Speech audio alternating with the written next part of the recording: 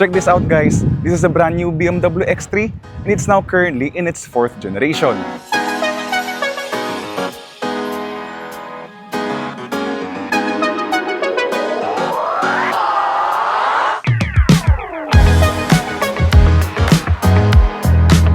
So the BMW X3 is a luxury compact crossover SUV that has over the years become the brand's best-selling vehicle. And with the X3 now in its 4th generation, it has completely transformed into a plug-in hybrid electric vehicle, at least here in the Philippine market. Now as this car enters a new generation, makikita nyo na this BMW X3 comes with the M Sport package, giving it a very sporty look. Here up front, you're gonna see the iconic glow kidney grille, which has this nice, intricate pattern, which is complemented by these LED accent lighting. Again, with the M Sport package, you have this sportier front bumper, and then those are matched with these lovely 20-inch wheels. And then, as you move towards the side of the new X3, this is somewhat a greatest hits version of BMW's latest flagship SUVs, like the fully electric iX, the high-performance XM, as you're gonna see with this character line that is surrounding the car's windows. You also have flush door handles, which somewhat helps in giving the car a cleaner look. And then, moving towards the back of the brand new X3, you are also gonna see sleeker lines and sporty proportions. So again, with the M Sport package, you also have a sporty rear bumper with these gloss black trimmings, which helps in giving the car a more purposeful look. You also have these very distinct LED taillights, and of course the X330E badging here, which signifies that this car is a plug-in hybrid. Now, basically in terms of the way it looks, I think it's a nice evolution of the BMW X3, which basically blends both traditional BMW styling cues with today's current design trends. And with that in mind, stop inside na ngayon the BMW X3 to see what else this new car has to offer. So as you're gonna see here in the BMW X3, you now have this very familiar curved display running the latest iDrive 8.5. As ever with every BMW, the interface looks very nice, very slick, especially with these colorful graphics, which makes the infotainment system a pleasure to use.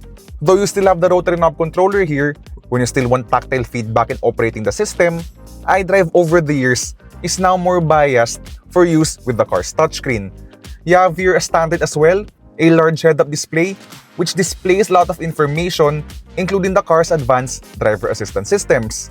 Yes, here in the BMW X3 plug-in hybrid, for around 4.8 million pesos, this car comes as standard with the full suite of advanced driver assistance systems, as you're gonna be seeing later.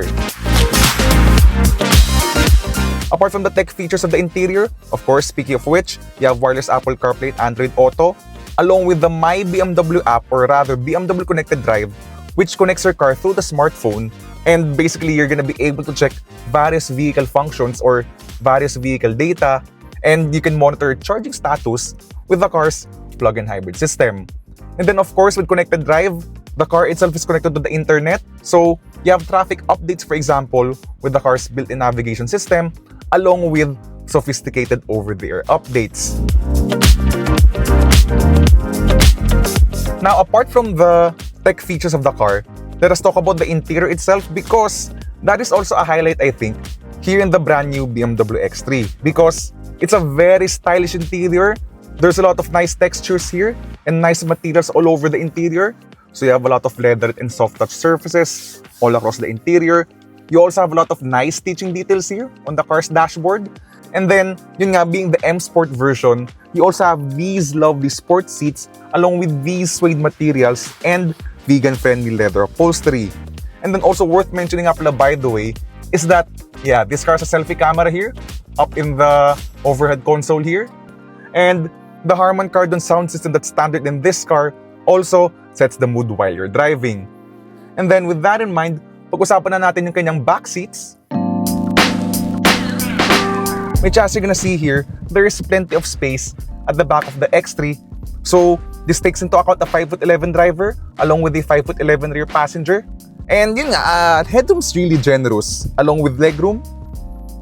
And then as for the amenities that you're gonna get here in the X3, you have two cup holders here along with two USB fast charging ports, your own third zone climate control, and then, interestingly, you also have here a rear window shade. So yeah, in terms of the rear seat space here of the X3, it is really generous, and it is also a wide interior, so it will perfectly fit 3 adults here at the back of the BMW X3. And so with that in mind, let us talk about na the cargo space, which is actually pretty good for a compact luxury SUV. And yeah, with that in mind, let us talk about na the car's drivetrain along with the rest of the driving experience, at least based on our first impressions. So the BMW X3 plug-in hybrid is badged as a 30E, which means you get a 2-liter turbocharged gas engine along with an electric motor that is sandwiched between the engine and the 8-speed automatic, thus making this a parallel hybrid system. As a result, you have a total system output of 299 horsepower and 450 Newton meters of torque. Now, thanks to a 19.7 kilowatt-hour battery, the X3 plug-in hybrid can travel up to 90 kilometers in pure electric range, while charging speeds for a plug-in hybrid are actually pretty good, topping out at 11 kilowatts in AC, and understandably of course, wala itong DC fast charging. So, how does the first ever BMW X3 plug-in hybrid in the Philippines perform on the road? I'm sure ang tanong nyo at this point is how does this compare to the previous 2-liter turbo diesel? And, well, first impressions while we're just cruising around ngayon, BMW does a really good job with how they tune their plug-in hybrid drivetrains because it is still very smooth, very seamless, pretty much like basically any other BMW in terms of how it drives. So basically, since yung kanyang electric motors are sandwiched in between the gas engine and the ZF 8-speed automatic, that basically means that this car's plug-in hybrid system is also a parallel hybrid. Therefore, while you're cruising in pure electric mode, you're gonna feel the car's gear shifts, which is always gonna be a trait of a parallel hybrid system, kind of like what you would also find in the Hyundai Motor Group vehicles. And then first impressions with how it deals with the road imperfections, because this car's the M Sport, this gets adaptive suspension as standard, and though the ride's on the firm side, overall it rides really well in typical BMW fashion. Basically, ang upside of its firm-ish ride is that minimizing kanyang mga unnecessary body motions, like for example, if you're going over the undulations of NLEX, and so therefore, mas control yung motions sa kanyang body, resulting in a more stable ride. Now, how does this car perform when it comes to sportiness? So we're now driving in these twisty roads, and let's put the car in sport mode. Yan, so the engine kicked into life. Basically, the entire system na ngayon is very hyperactive kung sabihin natin, and ready to pounce or ready to attack. And so basically, you're gonna be hearing the engine running in sport mode the entire time.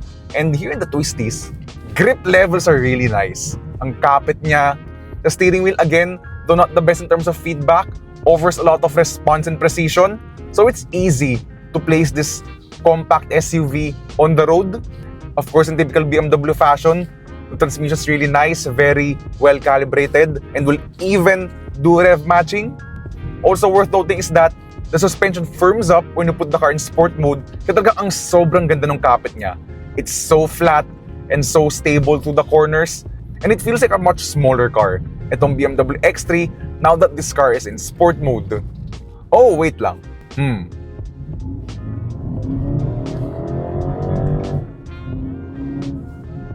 Yeah, so ewan kung narinig niyo yun, but this car's a bit of pipe-in noise when the car's in sport mode.